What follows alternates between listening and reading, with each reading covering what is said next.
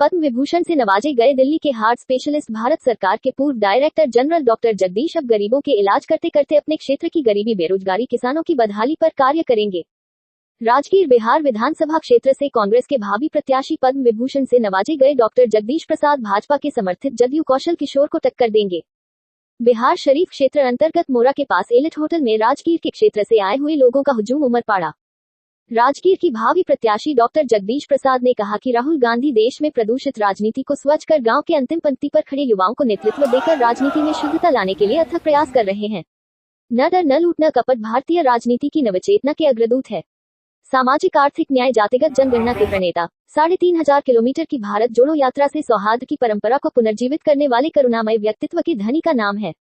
इस बार राजगीर विधानसभा क्षेत्र की जनता ने ठान लिया है कि आने वाले चुनाव में बदलाव जरूरी है।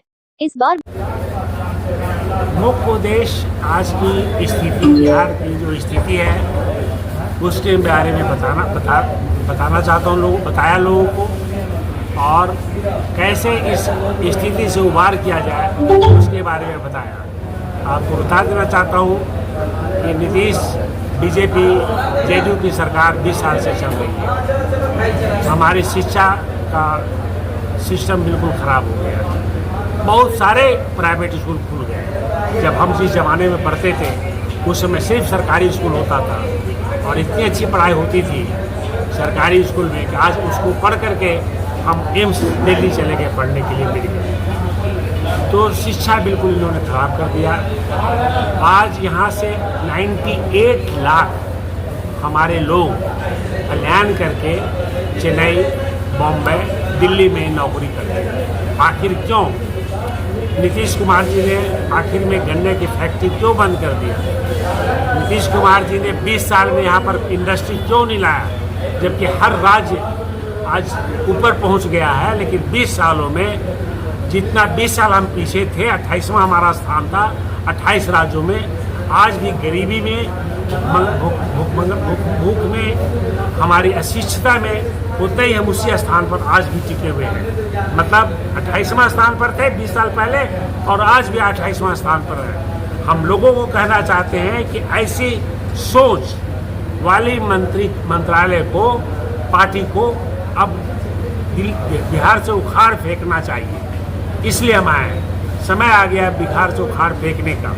आप लोग ये समझिए को समझते हैं कि मैंने तो बाबू सभागार बना दिया, मैंने तो ज्ञान भवन बना दिया, मैंने कन्वेंशन हॉल बना दिया, मैंने बड़ा बड़ा बिल्डिंग बना दिया। नीतीश कुमार जी, मैं आपसे पूछना चाहता हूँ, उससे हमारे गरीब बच्चों को क्या मिला? हमारे गरीब परिवार को क्या मिला? हमारे जो लोग पलायन कर रहे हैं नौकरी के लिए उनको क्या मिला? हमारे लोग बाहर जा रहे हैं इलाज के लिए उनको क्या मिला? हजारों विद्यार्थी कॉलेज में एडमिशन नहीं मिल पाता, फिर बाहर पढ़ने चले जाते हैं। आप समय पर एग्ज़ाम नहीं लेते। आज एग्ज़ाम होता है, 4 महीने के बाद आपका रिजल्ट निकलता है, उसका एज खत्म हो जाता है। तो आपकी आपको सिस्टम को निचोड़ करके आपने बर्बाद करके रख दिया। आपकी सोच से हमको बहुत नफरत है। आपने सिस्टम को इतना खराब कर दिया कि हमारे स्टूडेंट जिसको 3 साल में BA ग्रेजुएट करना चाहिए वो 5 साल में ग्रेजुएट करता है, जिसको 2 साल में पोस्ट ग्रेजुएट करना चाहिए वो 3 साल में करता है। BPSC की एग्ज़ाम हो जाती है, उसका इंटरव्यू आप 6 महीने के बाद लेते हैं, उसका रिजल्ट आप फिर 6 महीने के बाद निकालते हैं, फिर उसको ज्वाइनिंग उसको 1 साल के बाद कराते हैं। ये क्या आपका सिस्टम क्या है? आखिर में क्या कर रहा है आपका सरकार? जो सरकार, और हर दिन आपके यहाँ डकैती, मर्डर, जब से आया हूँ जब से यही सुन रहा हूँ कि आज उसका मर्डर हो गया, और खास करके दलित अति पिछड़े लोगों को आप लोग मर्डर करवा रहे हैं। आपकी प्रशासन क्राइम रेट है जो ऊपर चला गया। क्यों? इसका मतलब है कि आपका प्रशासन जो है, आपने ऐसे अफसरों को पोस्ट किया है जो खुद ठीक नहीं है। अगर आपका SP ठीक होता तो दरोगा भी ठीक होता, लेकिन आपका SP ठीक नहीं है। आप कोई भी स्टेट डिस्ट्रिक्ट में प्रशासन की तानाशाही है पूरा। वो जो ऊपर बैठे CM के बगल में चारों तरफ ब्यूरोक्रेट्स जो चला रहे हैं CM को, उनकी तानाशाही है। करप्ट अफसर को पोस्ट करते हैं डिस्ट्रिक्ट में, चाहे वो DM हो चाहे SP हो। मैं कहता हूँ कि अगर एक भी मर्डर होता है तो SP नहीं, पूरे थाने को सबको ट्रांसफर करो। आपका क्या मुद्दा होगा? हमारा मुद्दा देखिए, हमारा 4-5 मुद्दे हैं।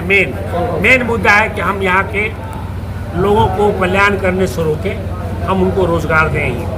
हम चाहते हैं कि स्वास्थ्य को हम बदलें ताकि लोग को अपना इलाज के लिए दिल्ली, बॉम्बे नहीं जाना पड़े, और ख़ास करके गांव के लोगों को जो इलाज हो वो गांव में ही हो।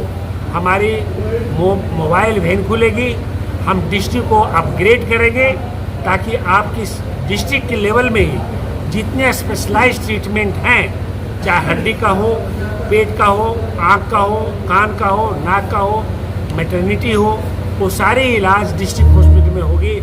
हमारा ये है। और सब डिवीज़न में भी छोटे मोटे का इलाज हो, और हर 5000 पॉपुलेशन पर हम हेल्थ एंड वेलनेस सेंटर को खोलेंगे। किसानों के लिए क्या होगा सर? किसानों का कर्ज को माफ़ करेंगे, किसान को बिजली का पैसा नहीं देना पड़ेगा। खाद जो उनको समय पर नहीं मिलता है उनको समय से पहले दिया जाएगा, और सब्सिडाइज रेट में दिया जाएगा। कभी कभी ऐसा होता है कि फसल होने का समय आ गया और खाद ही नहीं मिल रहा है, तो किसानों को पहले मिलेगा, उनके कर्ज को माफ़ किया जाएगा। बिजली, उनकी जो बिजली लगती है उनको फ्री दिया जाएगा। यही नहीं, जो मनरेगा में काम बंद हो गया है उसको मनरेगा को फिर से लाया जाएगा, और उस मनरेगा को कोशिश करेंगे कि किसान को साथ जोड़ा जाए ताकि हमारे लोगों को कम से कम 140 दिन तक काम मिल सके। और मनरेगा में